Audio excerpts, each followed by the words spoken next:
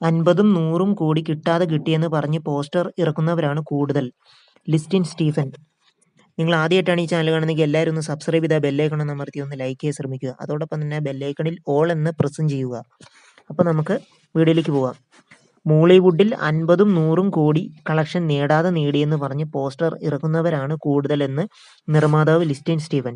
ചില സിനിമകൾ മാത്രമേ കൃത്യമായി ബോക്സ് ഓഫീസ് കളക്ഷനെ കുറിച്ച് പ്രഖ്യാപനം നടത്തുകയുള്ളൂ എന്നും എന്നാൽ 50 കോടി ആകുന്നതിന് മുൻപ് തന്നെ പോസ്റ്റർ പുറത്തിറക്കുന്നവരുണ്ടെന്നും ചിലർ അഭിമുഖത്തിൽ വ്യക്തമാക്കി.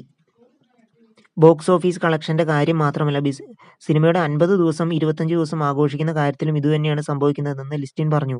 20 ദിവസം കഴിയുമ്പോഴേക്ക് 25 ദിവസമായി എന്ന് പറഞ്ഞ് പോസ്റ്റർ ഇറക്കുന്നവരുണ്ട്.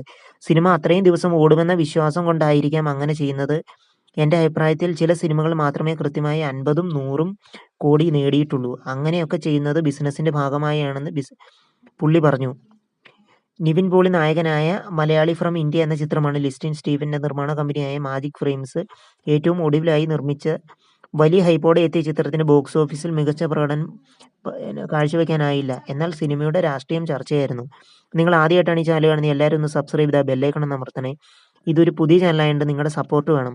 ആ ബെല്ലൈക്കണിൽ ഓൾ എന്ന പ്രസ്സും ചെയ്യുക. അപ്പോൾ നമുക്ക് അടുത്ത വീഡിയോയിട്ട് കാണാം.